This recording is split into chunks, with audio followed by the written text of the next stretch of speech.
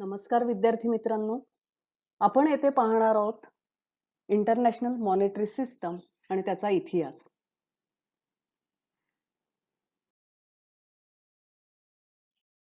विद्यार्थी मित्रांनो, आपण येथे evolution of international monetary system म्हणजे इंटरनॅशनल मॉनिटरी सिस्टम कशा प्रकारे डेव्हलप झाली याचा अभ्यास करणार आहोत. यापूर्वी आपण बायमेटॅलिझम किंवा क्लासिकल गोल्ड स्टँडर्ड बघितलं आहे, पण पुढे आपण interwar period, Bretton Woods era आणि फ्लेक्झिबल एक्सचेंज रेट पाहणार आहोत. पण त्याच्या अगोदर आपण बायमेटॅलिझम आणि क्लासिकल गोल्ड स्टँडर्डचा थोडासा रिकॅप घेणार आहोत. बायमेटॅलिझम म्हणजे असे देश की ज्या देशांमध्ये दोन धातूंच्या करन्सी चलनात आहेत. 1875 किंवा 70च्या अगोदरच्या काळामध्ये देशामध्ये जगात असे काही देश होते की ज्या देशांमध्ये गोल्ड करन्सी वापरली जायची, काही देश असे होते ज्यांच्याकडे सिल्वर करन्सी वापरली जायची आणि काही देश असेही होते की जिथे गोल्ड आणि सिल्वर या दोन्ही करन्सीचा वापर व्हायचा. आता उदाहरणार्थच घ्यायचं झालं तर सपोज ब्रिटन, फ्रान्स आणि इंडिया. तर ब्रिटनमध्ये गोल्ड करन्सी, इंडियामध्ये सिल्वर करन्सी आणि फ्रान्स हा बायमेटॅलिक देश होता जिथे गोल्ड आणि सिल्वर करन्सी वापरल्या जात होत्या. तर ब्रिटन आणि फ्रान्स यांच्यामध्ये इम्पोर्ट एक्सपोर्ट होऊ शकत होते कारण फ्रान्स बायमेटॅलिक होता आणि ब्रिटनमध्ये गोल्ड करन्सी होती. तसंच फ्रान्स आणि भारत यांच्यामध्ये सुद्धा इम्पोर्ट एक्सपोर्ट होऊ शकत होते कारण यांच्याकडे फ्रान्स बायमेटॅलिक म्हणजे सिल्वर आणि गोल्ड ह्या दोन्ही करन्सी होते आणि भारताकडे सिल्वर करन्सी होती, त्यामुळे करन्सी एक्सचेंज होऊन गुड्सचे इम्पोर्ट एक्सपोर्ट पॉसिबल होते. पण ब्रिटनला जर भारताशी इम्पोर्ट एक्सपोर्टचे व्यवहार करायचे असतील तर इथे समस्या निर्माण होत होती आणि मग ही समस्या म्हणजे तो एक्सचेंज रेट कसा ठरवायचा, तर तो एक्सचेंज रेट ठरवण्यासाठी फ्रान्सची मदत घेतली जात होती. पण एक असा नियम आहे की जी गोष्ट तुमच्याकडे जास्त असते त्या गोष्टीचं मूल्य तुम्हाला आपोआप कमी वाटायला लागतं आणि जी कमी आहे किंवा जी नाहीये त्याचं ती गोष्ट मूल्यवान व्हायला लागते. फ्रान्स सारखे जे बायमेटॅलिझम देश होते त्या देशांच्या बाबतीत सुद्धा हेच घडलं. म्हणजे समजा असं म्हटलं की फ्रान्समध्ये सोन्याच्या खाणी जास्त होत्या आणि त्यामुळे सोनं मुबलक प्रमाणात उपलब्ध होतं आणि त्या तुलनेत चांदी खूप कमी अस्तित्वात होती. त्यामुळे जे कमी आहे ते प्रेशियस आहे असं समजून चांदीचा सर्क्युलेशन मध्ये येणं खूप कमी व्हायला लागलं. म्हणजे फ्रान्स देशांतर्गत असेल किंवा आंतरराष्ट्रीय व्यापारात असेल, चांदीचा वापर ते लोक कमी करायला लागले आणि सोन्याचा वापर सर्रास सगळीकडे करायला लागले आणि याचा हळूहळू परिणाम असा व्हायला लागला की फ्रान्स हा बायमेटॅलिझम वरून मोनोमेटॅलिक कंट्रीमध्ये कन्वर्ट झाला.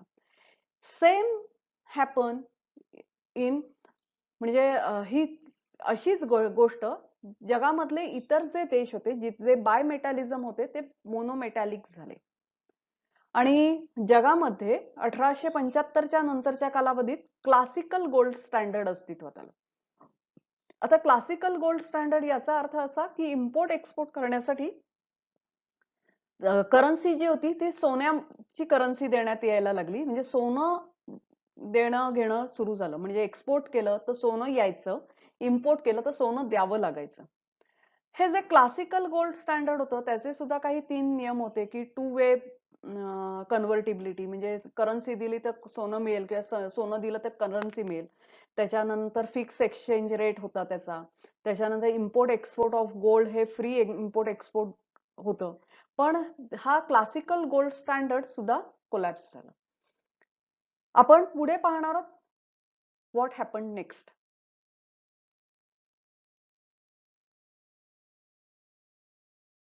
तर आपण या व्हिडिओमध्ये क्लासिकल गोल्ड स्टँडर्ड कोलॅप्स झाल्यानंतर अस्तित्वात आलेलं गोल्ड एक्सचेंज स्टँडर्ड, त्याचे फीचर्स पाहणार आहोत, ऍडव्हान्टेजेस डिसएडव्हान्टेजेस पाहणार आहोत, इंटरवॉर पिरियड काय होता, ब्रेटन वूड एरा काय होतं, ब्रेटन वूड एरा का कोलॅप्स झालं आणि फ्लेक्झिबल एक्सचेंज रेट कशा प्रकारे अस्तित्वात आला हे पाहणार आहोत. क्लासिकल गोल्ड स्टँडर्ड कोलॅप्स झाल्यानंतर गोल्ड बुलियन स्टँडर्ड अस्तित्वात आलं.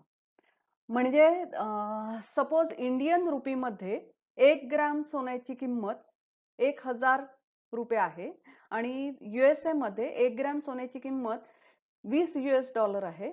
तर $20 इज इक्वल टू 1000 रुपी हा रेट ठरला आणि अशा प्रकारे $1 म्हणजे 50 रुपये अशा प्रकारे एक एक्सचेंज रेट ठरला.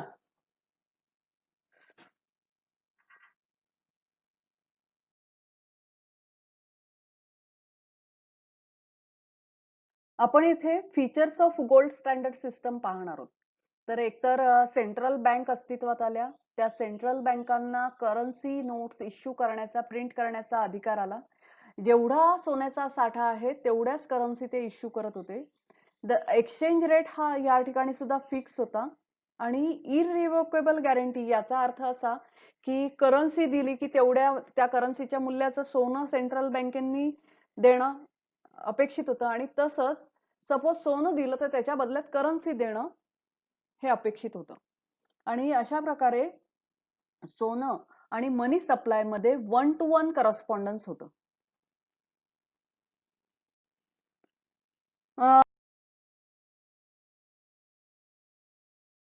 हे जे गोल्ड स्टँडर्ड सिस्टम होतं ते ऑपरेशनसाठी सोपं होतं, सेक्युअर्ड होतं, स्टेबिलिटी लेवल सुद्धा हाय होती यामध्ये आणि inbuilt mechanism for achieving equilibrium म्हणजे बॅलन्स ऑफ पेमेंट असेल किंवा बॅलन्स ऑफ म्हणजे एक्सचेंज रेट जो आहे तो आपोआपच मार्केट फ्लोने इक्विलिब्रियम होत होता.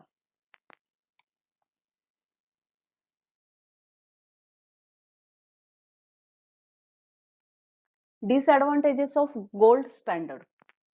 लक्षात घ्या हे क्लासिकल गोल्ड स्टँडर्ड नव्हतं. त्यामुळे रिव्हिजन ऑफ गोल्ड प्राइसेस शक्य नव्हतं. अतिशय रिजिड होतं, नॉट फ्लेक्झिबल. तसंच प्राइस स्पेसिस ऍडजस्टमेंट मेकॅनिझम या ठिकाणी इनइफेक्टिव्ह ठरलं आणि याचा परिणाम रिसेशन मध्ये झाला. आता आपण पाहणार आहोत इंटरवॉर पिरियड. इंटरवॉर पिरियड म्हणजे साधारण 1914 पासून 44 पर्यंतचा काळ. 1914 ला पहिलं महायुद्ध सुरू झालं आणि 1936 ला दुसरं महायुद्ध सुरू झालं. या दोन महायुद्धांच्या कालावधीमध्ये काय झालं? या दोन महायुद्धांच्या कालावधीमध्ये गोल्ड एक्सचेंज स्टँडर्डच अस्तित्वात होतं.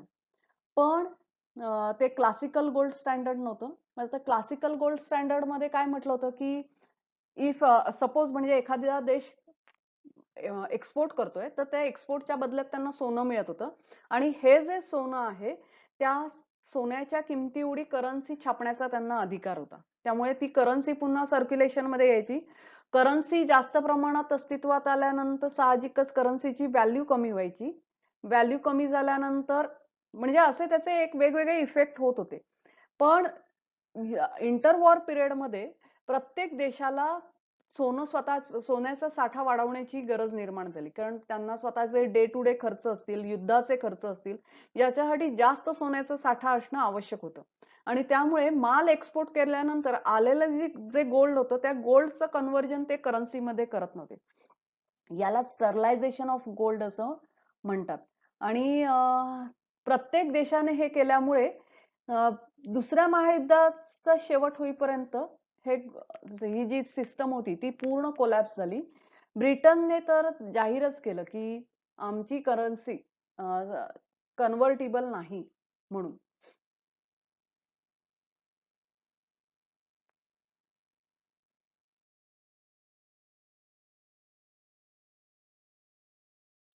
त्याच्यानंतर नेक्स्ट ब्रेटन वूड एरा म्हणजे 1944 साली. आता या सगळ्याचं काय करायचं आणि म्हणून 44 देश एकत्र आले आणि या 44 देशांनी एकत्र येऊन ब्रेटन वूड या ठिकाणी एकत्र आल्यामुळे याला ब्रेटन वूड सिस्टम असं म्हणतात.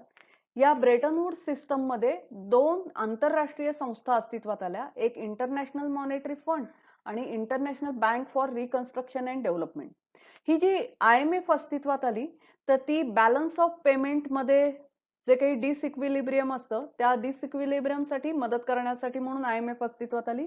आणि IBRD जिला international Bank for Reconstruction and development आपण म्हणतो किंवा वर्ल्ड बँक म्हणतो, ही युद्धामध्ये ज्या देशांचं खूप मोठ्या प्रमाणावर नुकसान झालेलं आहे त्या देशांना मदत करण्यासाठी म्हणून अस्तित्वात आली. आणि या ब्रेटन वूड सिस्टम मध्ये असं ठरलं की करन्सीची व्हॅल्यू आपण जी सोन्याशी बांधलेली आहे ती सोन्याशी न बांधता US डॉलरशी बांधायची. मुळात दुसऱ्या महायुद्धानंतर जागतिक परिस्थिती खूप बदलली होती. म्हणजे दुसऱ्या महायुद्धाच्या अगोदर ब्रिटन हे महासत्ता होतं आणि ते महासत्ता पद नंतर अमेरिकेकडे आलं आणि त्यामुळे सगळ्या देशांनी मिळून असं ठरवलं की जेवढा सोन्याचा साठा आहे तेवढी करन्सी न छापता अमेरिकन डॉलरचा जेवढा साठा आहे तेवढी करन्सी छापण्याचा आपल्याला अधिकार आहे. म्हणजे तुम्ही सोनं आणि US डॉलर तुम्ही हे करू शकता आणि त्यामुळे US डॉलर हा फुल्ली कन्व्हर्टिबल झाला. म्हणजे प्रत्येक देशाला जागतिक व्यापार करण्यासाठी आपल्याकडे US डॉलर ठेवायचे आणि ते US डॉलर दुसऱ्या देशाला द्यायचे. तर त्यामुळे सगळ्या देशांच्या किमती ह्या US डॉलरला बांधल्या गेल्या.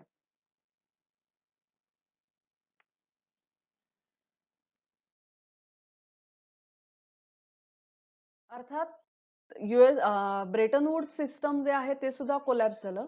कारण एक ट्रॅफिन पॅराडॉक्स असं म्हणतात की याचा अर्थ असा की ज्या देशाच्या करन्सीला खूप मागणी येते ती करन्सी खूप मोठ्या प्रमाणात तिचा पुरवठा वाढतो आणि त्या करन्सीचा पुरवठा वाढायला लागल्यानंतर त्या करन्सीची किंमत ही आपोआपच कमी व्हायला लागते.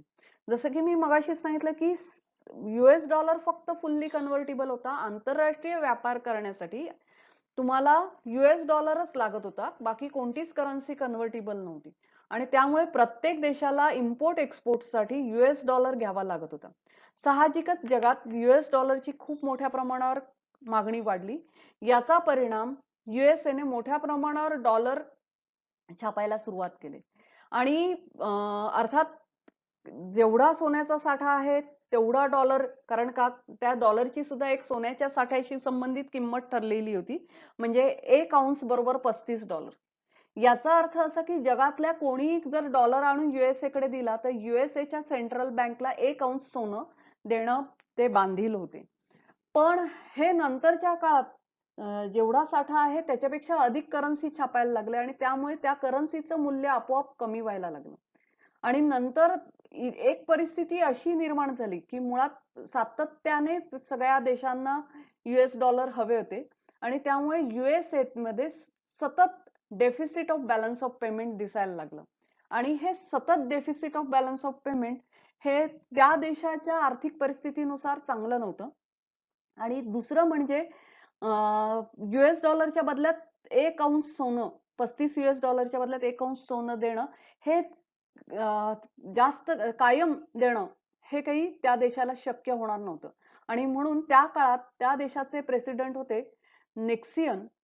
त्यांनी जाहीर केलं की US dollar is no more convertible आणि अशा प्रकारे ब्रेटन वूड सिस्टम कोलॅप्स झालं.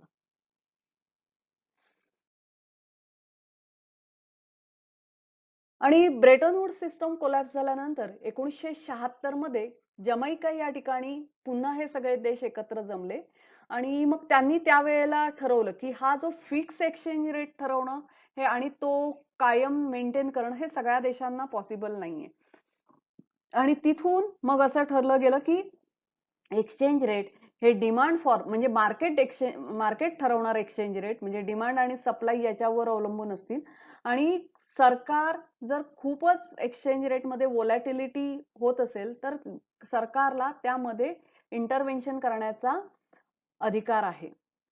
या जमैका अग्रीमेंट मध्ये गोल्ड जे होतं म्हणजे सोन्याचा साठा हे डिमॉनिटाईज करण्यात आलं आणि ज्या मुळात ह्याला ब्रेटन वूड सिस्टम मध्ये जी IMF अस्तित्वात आली होती त्या IMF कडे सगळ्या देशांनी आपलं सोनं डिपॉझिट केलं होतं. तर IMF ने ज्यांचं सोनं होतं ते परत केलं आणि जे काही इतर सोनं शिल्लक होतं त्या सोन्याचा उपयोग IMF ने ज्या कमी डेव्हलप कंट्रीज आहेत त्यांच्यासाठी करायचं ठरवलं. धन्यवाद विद्यार्थी मित्रांनो. आपण पुढे भेटूया पुढच्या सेशनमध्ये. धन्यवाद.